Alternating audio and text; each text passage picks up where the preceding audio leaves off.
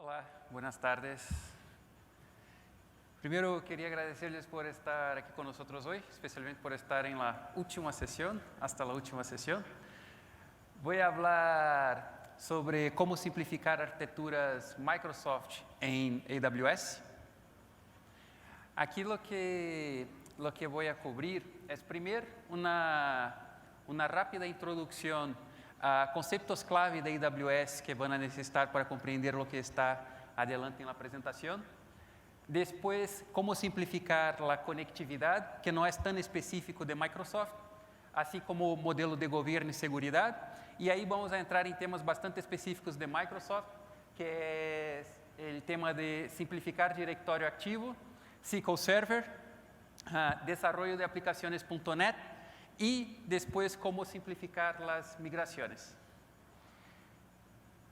Bien, en AWS tenemos más de 11 años de experiencia manejando workloads de Microsoft. Empezamos allá en 2008 y una cosa interesante es, mira cómo a lo largo de los años venimos lanzando varios servicios y eso sigue acelerando.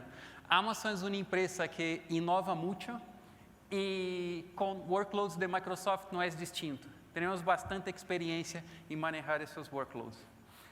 Y la velocidad de innovación es uno de los motivos por los cuales más de casi 60% de todos los servidores Windows que corren en nube pública alrededor del mundo corren sobre Amazon,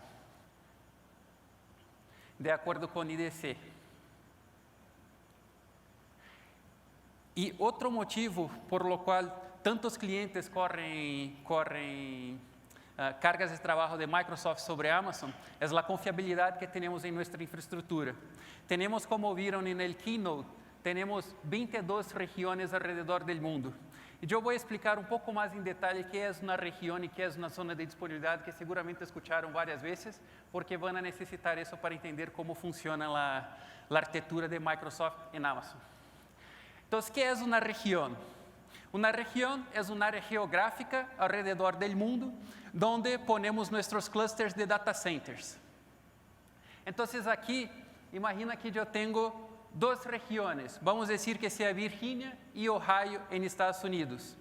En esas regiones lo que hacemos es poner distintos clusters de data centers que llamamos de zonas de disponibilidad. Entonces aquí tenemos las zonas de disponibilidad que están no más que 100 kilómetros de distancia una de la otra, pero que están a una distancia importante para que desastre en una no impacte en la otra. Entonces son 100% aisladas. Y una cosa interesante es que tiene una conectividad de alta velocidad entre cada zona de disponibilidad. Y eso permite que yo tenga aplicaciones que sean resilientes sin tener el impacto por latencia. Y ahí vamos a ver algunos ejemplos.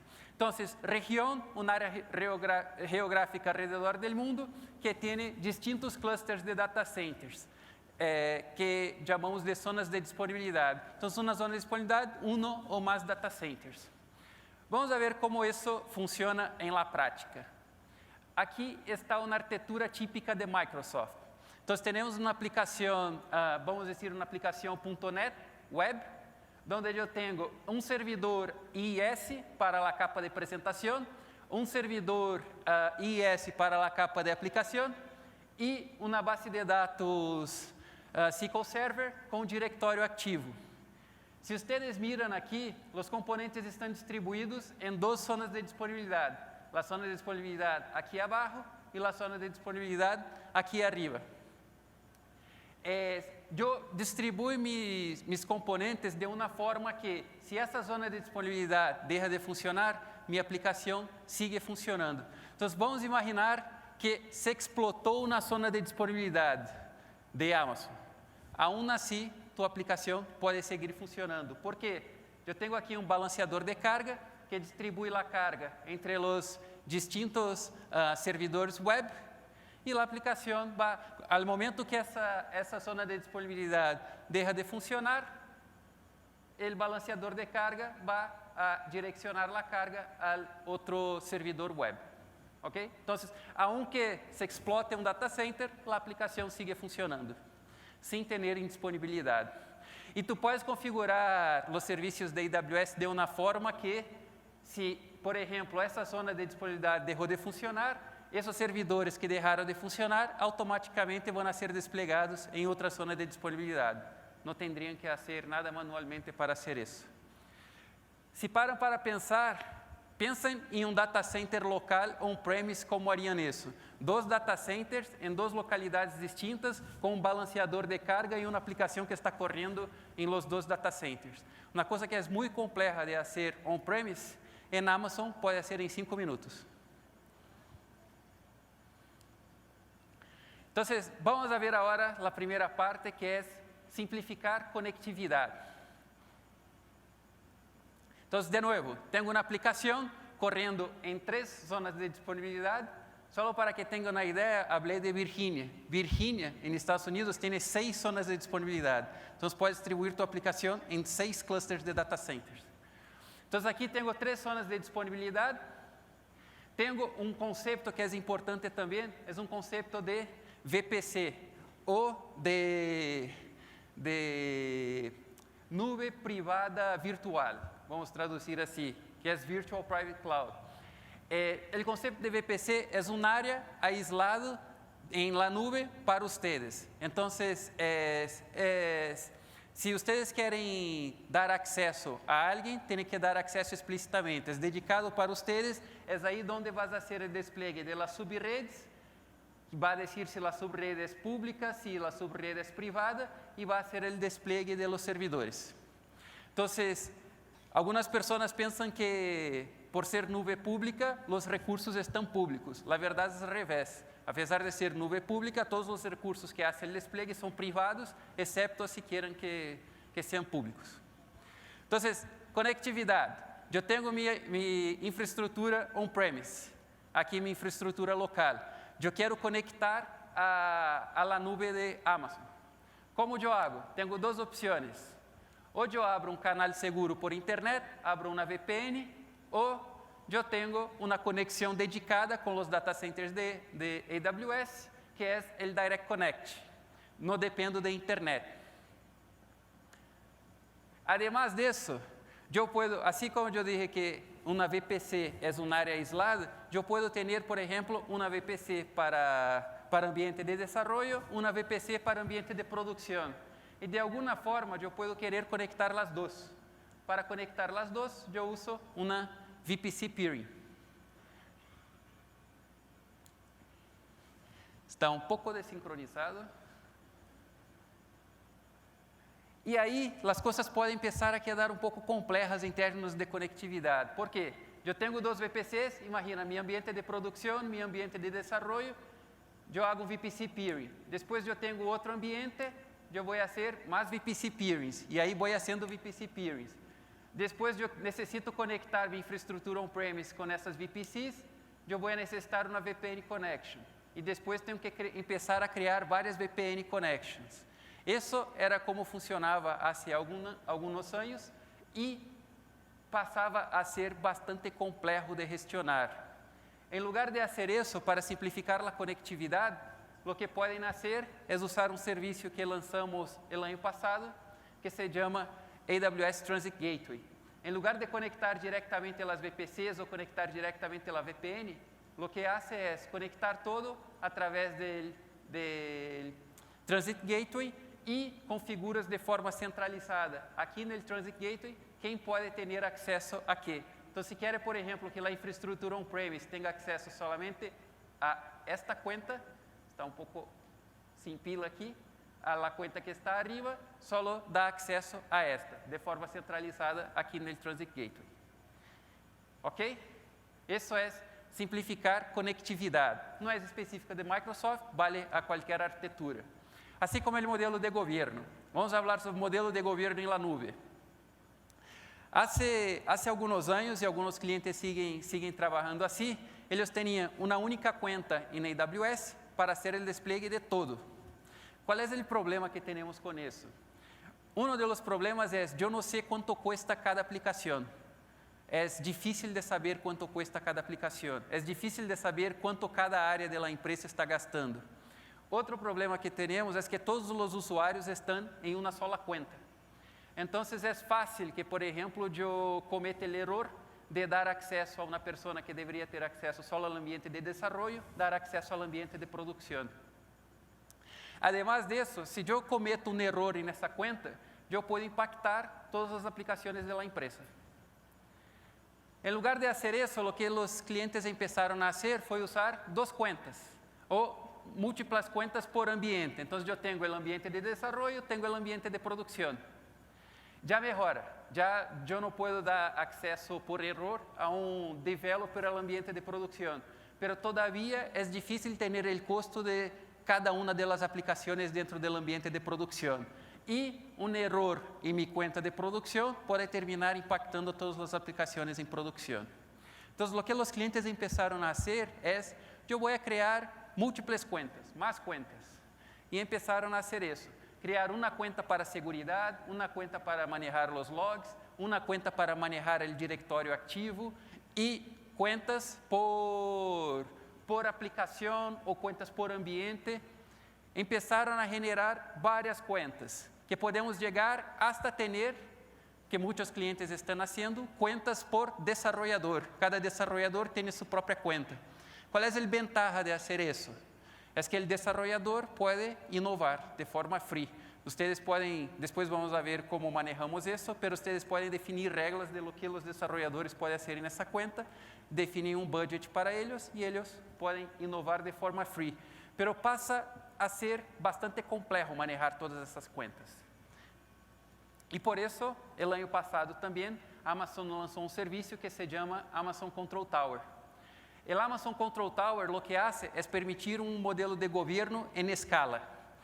Tu puedes criar as múltiplas contas de uma forma muito mais sencilla e essas contas que vocês criam já traem algumas das melhores práticas. Por exemplo, já se cria automaticamente uma conta para os logs, uma conta de segurança e vocês podem habilitar restrições de que cada um pode fazer dentro das contas. Exemplos de restrições. Eu posso dizer que todos os usuários têm que ter doble factor de autenticação. Tem que se loguear com sua contrasenha, mais um código, por exemplo, que vai ser generado no teléfono. Eu posso dizer que todos os arquivos que são guardados em Amazon vão estar privados, não podem ser públicos. Então, há várias regras de segurança que podes pôr em múltiplas contas. E há 4 dias lançamos um serviço que podem prover uma nova conta com solamente um clique. Então, chegou um novo desenvolvedor em la empresa, um clique, já tem sua conta lá.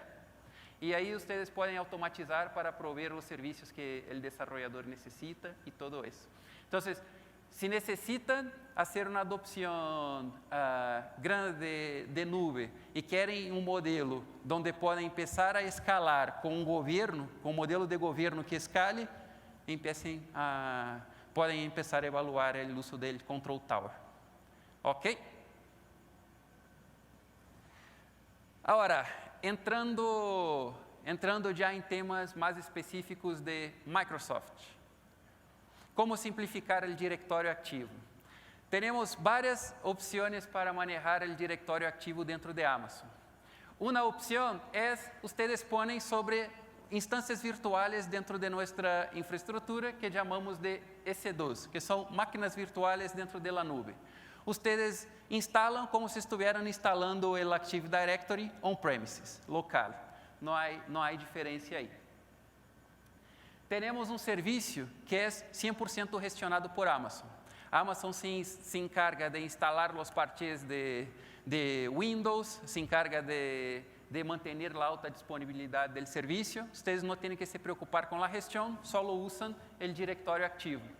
E temos uma outra opção, que é quando já têm um Active Directory on-premise e querem que as aplicações que estén em la nube se conectem ao Active Directory ou se autentiquem com o Active Directory que está on-premise, que funciona assim. Eu tenho aqui um conector que funciona como um pointer para minha infraestrutura que está on-premise. Tenho aqui minha Active Directory que está on-premise, estou lançando servidores Windows aqui em la nube Y quiero que esos servidores Windows automáticamente se registren en el Active Directory. Yo puedo hacer eso a través del AD Connector. A través del AD Connector, yo puedo también hacer con que la consola de Amazon se autentique a través del Active Directory. Otra opción es tener el servicio, como comenté, el servicio que es 100% gestionado por Amazon. Entonces, por detrás de ese servicio que es gestionado por Amazon, está un Windows Server, está un directorio activo nativo. No es un directorio activo customizado. De nuevo, las máquinas que yo subo con Windows en Amazon automáticamente se registran en el directorio activo. Pero sabemos que muitos clientes têm um diretório ativo on-premise, já usam um diretório ativo on-premise. Então, aqui podem armar um cenário híbrido, onde eu tenho o diretório ativo gestionado por Amazon em la nube de AWS e eu tenho o diretório ativo on-premise. E aí uma coisa interessante é que eu posso armar o que chamamos de One-Way Trust. One-Way Trust funciona assim. Eu tenho os usuários aqui on-premise que podem se autenticar e usar os servidores que estão em la nube, pero os usuários que foram criados só no Active Directory de la nube não podem se autenticar em las aplicações que são on-premise. Quando vocês querem ter uma separação entre nube e infraestrutura local. E também pode ser Two-Way Trust. Os usuários que estão aqui podem usar as aplicações on-premise, os usuários que estão on-premise podem usar as aplicações em la nube. E também posso conectar Active Directory gestionado por Amazon, posso conectar a Azure AD para autenticar com o Office 365. Vamos ver como funciona o modelo de disponibilidade del servicio gestionado por Amazon. Entonces, cuando crean el servicio gestionado por Amazon, automáticamente Amazon va a hacer el despliegue de 2 domain controllers en 2 zonas de disponibilidad distintas. Por aquí y en la zona de disponibilidad 2. Porque si ese para de funcionar, automáticamente la otra sigue funcionando. Entonces, mantiene la disponibilidad. Y si ustedes quieren, por ejemplo, escalar, a quantidade de acesso está muito alta e necessitam escalar, com 2 cliques podem prover novos domain controllers em las zonas de disponibilidade. Ok? Então, a forma mais sencilla de simplificar um Active Directory usa o serviço gestionado, porque aí se preocupam com os usuários e não com a administração do serviço. Se aqui essa zona de disponibilidade falha, Amazon automaticamente vai criar uma nova instância em outra zona de disponibilidade. Vamos ao serviço vamos ao SQL Server. O SQL Server também, assim como o Active Directory, tem as 2 opções. Vocês podem instalar um SQL Server dentro de nossas instâncias virtuais do serviço de EC2, e aí vocês se encargam de toda a parte de parte do sistema operativo, del parte de la base de dados, de los respaldos, ou vocês podem usar um serviço que é 100% gestionado por Amazon, que é o RDS, for SQL Server, onde Amazon se encarga de fazer toda a gestão do serviço e vocês usam a base de dados. Então, Amazon se encarga de instalar os parches, se encarga de la base de dados e uma parte que é bastante interessante e vou ensinar como funciona é se encargar de la alta disponibilidade do serviço. Vamos ver como funciona a alta disponibilidade do serviço. Acordem-se que eu comentei que entre 2 zonas de disponibilidade está uma conexão de alta velocidade, que permite uma latência de single digit. Por isso, eu posso ter uma replicação síncrona entre 2 zonas de disponibilidade. Então, eu tenho uma base de dados que é a maestra e eu tenho uma base de dados que é a secundária. E tenho uma replicação síncrona entre as 2. Como é síncrona, eu garantizo que se essa base de dados deixa de funcionar, eu não vou perder dados, porque eu tenho essa base de dados secundária que tem a mesma cópia de los dados.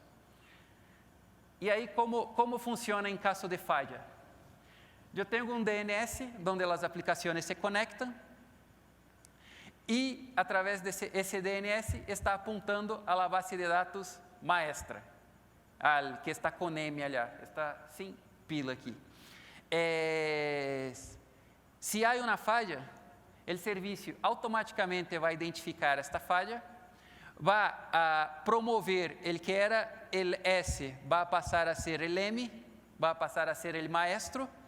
Yo voy a apuntar el DNS al maestro y ahí las aplicaciones siguen funcionando. Eso estamos hablando de 60 segundos. Então, se explota uma zona de disponibilidade de Amazon, estamos falando que vão ter 60 segundos que a base de dados não está funcionando. Depois, eu vou a restaurar a base de dados que é secundária e vou a configurar a replicação. O serviço configura a replicação. Então, se falamos de fazer isso on-premise, essa replicação é nativa de SQL Server. Pero una vez que la instancia deja de funcionar y promueve el secundario a maestro, después ustedes tienen que llegar, instalar el SQL Server en otra instancia y configurar todo para que empiece a replicar. Amazon se encarga de hacer eso. Un otro punto ahí, cuando hablamos en optimización en AWS, estamos hablando en optimización para que aplicaciones sean más resilientes, para que aplicaciones sean más seguras, para que aplicaciones sean efectivas en costo y que sean efectivas en performance. Y cuando hablamos en costo, una de las opciones para simplificar o para modernizar base de datos en SQL Server es que SQL Server ya soporta Linux. Entonces, si migran a Linux, evitan el costo de licencia de Windows. Y otro que probablemente escucharon hablar en otras sesiones es migrar a nuestro servicio que se llama Aurora. Aurora es una base de datos que fue creada para la nube, puede escalar de manera horizontal, aunque sea relacional, soporta tanto MySQL como Postgres, pero tiene 5 veces más performance que MySQL, 3 veces más performance que Postgres. Y la parte interesante es que puede ser hasta 10 veces más barata que una base de datos comercial sin tener lock-in, porque es basada en open source. Bien, ahora, ¿cómo simplificamos el desarrollo de aplicaciones .NET? Tenemos varias herramientas para .NET. Una de las herramientas es el SDK de Amazon. Todo lo que ustedes hacen en la consola pueden hacer a través de APIs o pueden hacer a través de SDKs. Pueden programar para que se, por ejemplo, hace el despliegue de una aplicación o cualquier otra acción que hace en la consola. Para el SDK soportamos .NET. Tenemos varias herramientas con Visual Studio que voy a presentar en el próximo slide. Herramientas para hacer script con PowerShell y integración con herramientas de Microsoft, como por ejemplo el Microsoft Visual Studio Team Service o el Azure DevOps. La integración con Visual Studio es bastante interesante porque muchas cosas de administración que haces en la consola puede hacer sin salir del Visual Studio.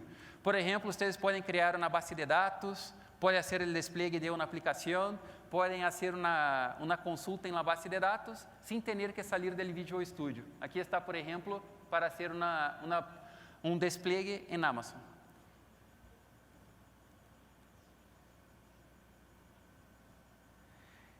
¿Y cómo hacemos el despliegue de una aplicación .NET en AWS? Tenemos varias opciones. Una de las opciones es usar nuestras máquinas virtuales o instancias virtuales, que es el servicio de EC2. Otra es usar contenedores, tanto contenedores Linux como contenedores Windows. Y otra opción es usar lo que llamamos de serverless, que es ya no tienen que se preocupar con servidores que están corriendo, solo hacen el despliegue de la aplicación y la aplicación AWS se encarga de ejecutar la aplicación. Tú ni llega a ver qué servidores están por detrás. Ups. Entonces, para simplificar o modernizar aplicaciones .NET, recomendaciones es, en lugar de usar el .NET Framework, usa el core.NET y usan en Linux. Así también evitan la licencia y tienen más flexibilidad para correr contenedores sobre Linux, que son mucho más ligeros que, por ejemplo, contenedores Windows. Y siempre que posible, buscar usar servicios que sean serverless. ¿Y por qué serverless? Como comenté, no tienes que se preocupar con los servidores. Serverless escala de forma automatizada, no tienen que se preocupar con escalabilidad. Y una parte que es bastante importante es no pagan por cuando la aplicación está inativa. Vamos a imaginar que tienes una aplicación que tiene 100 requisiciones por día. Solo vas a pagar por las 100 requisiciones, no más que eso. Para ver cómo eso puede impactar en el precio, vamos a hacer una simulación. Vamos a tomar una aplicación que tenga 16,000 peticiones por día. En estas 16,000 peticiones por día, vamos a decir que cada petición tarde 200 milisegundos. Entonces, estamos hablando que son 3.200.000 peticiones por día. Mira a diferença de preço. Se corremos sobre instâncias virtuales, como estamos falando de alta disponibilidade, temos que ter al menos 2, van a terminar pagando $2.97 por dia, lo que é preço todavía bajo, pero si van a serverless, van a pagar 5 cents de dólar por dia. Então, a diferença de preço é bastante importante. ¿Listo? Y una otra parte que es importante para simplificar el desarrollo de aplicaciones.NET es lo que llamamos del delivery pipeline, cuando hablamos de DevOps, de automatizar todo el ciclo de desarrollo. Tenemos soluciones que hacen la gestión de las fuentes de la aplicación basada en Git, que es el code commit, perdón. Tenemos el servicio que hace el build de la aplicación, que es el code build. Para la parte de pruebas, si quieren usar pruebas automatizadas, pruebas unitarias automatizadas, pueden usar el code build para ejecutar esa prueba, o para otras pruebas podemos integrar con terceros. Y por fin usamos el code deploy para hacer el despliegue de la aplicación y tenemos varias herramientas para hacer el monitoreo. Y cuando hablamos de Microsoft, muchos usan el Visual Studio Team Services o el Azure DevOps. Entonces, si quieren seguir usando el Visual Studio Team Services o el Azure DevOps, lo que hacemos es, usen el Visual Studio Team Services para hacer la parte de gestión de código, el build y las pruebas, y después usa el Code Deploy para hacer el despliegue en la infraestructura de Amazon. Y ahí, por fin, voy a hablar sobre cómo simplificar las migraciones. Entonces, tienen aplicaciones on-premise o tienen datos on-premise en su infraestructura local y quieren migrar a AWS. Tenemos varios servicios, ahí vieron en el Keynote, por ejemplo, el Snowball, que es se ve como una maleta donde pueden cargar terabytes de datos ahí y hacer la carga en la infraestructura de AWS. Tenemos servicios para transferencia online, como el servicio de S3 Transfer Acceleration, DataSync para hacer transferencia de archivos. Tenemos varios servicios para hacer migración de servidores, para hacer migración de base de datos, para armar una infraestructura híbrida, donde yo guardo un archivo en mi infraestructura local y eso hace la replicación automática a la infraestructura de Amazon. Pero en lugar de hablar de cada uno de esos servicios, yo voy a dar un ejemplo. Vamos a imaginar que queremos migrar la aplicación que presenté al principio, que es una aplicación .NET que tiene un servidor IIS para el frontend, un servidor IIS para el backend y un SQL Server. ¿Cómo migramos eso a AWS? Empezamos migrando el SQL Server. Para migrar el SQL Server, tiene dos opciones. Hay varias opciones, dos principales es, el primer hace un backup on-premise y restaura el backup en AWS. La segunda opción, si quiere hacer el backup restore y no tiene problema en tener downtime en la aplicación, puede ser, pero si no pueden tener downtime en la aplicación, no te da tiempo de hacer el backup restore, porque el momento que restauró ya están guardando datos aquí. Entonces, usamos aquí un servicio que se llama Data Migration Service, que el Data Migration Service lo que hace es una replicación continua de los datos a la infraestructura de AWS. Entonces, estamos haciendo una replicación continua. Y para migrar los servidores, tenemos de nuevo varias opciones. Tenemos un servicio que se llama Server Migration Service, que lo que hace es migración de máquinas virtuales de Hyper-V y VMware a AWS. Y tenemos un servicio que se llama Cloud Endure. Cloud Endure es un servicio donde instalas un agente dentro de los servidores y también va a hacer una replicación continua a nivel de bloques. Lo que significa eso es que se usa, por ejemplo, Cloud Endure va a migrar las instancias, va a seguir haciendo la replicación de las instancias. Si quiere, por ejemplo, decir, ya no quiero más usar mi infraestructura on-premise, yo quiero usar mi infraestructura en la nube, es solo apuntar el DNS a lo que está en la nube y no hay downtime en la aplicación. Y una otra opción para los clientes que usan VMware es usar, no sé si vieron en la sesión, es usar VMware Cloud en AWS. VMware y AWS trabajaron en conjunto en una solución para entregar una experiencia que es transparente para el cliente. El cliente puede seguir usando la consola de VMware y lo que hace es decir, mira, esta máquina virtual yo quiero migrar a Amazon a través de la consola de VMware, no a través de la consola de Amazon. Va en la consola de VMware, dice quiero migrar, vamos a hacer la migración de la máquina virtual sin tener downtime. Okay. Y una cosa interesante de VMware Cloud en AWS es que los servicios que están en VMware pueden usar los servicios que tienen conectividad con los servicios que están en Amazon. Entonces, quieren seguir usando VMware, pero quieren aprovechar servicios de Machine Learning de Amazon, por ejemplo, usan VMware Cloud en AWS sin que tengan downtime en la aplicación. Bien, esos eran los servicios que quería presentar a ustedes. Ahí está mi contacto si tienen cualquier duda. Y de nuevo, muchas gracias por estar aquí con nosotros hoy. Gracias.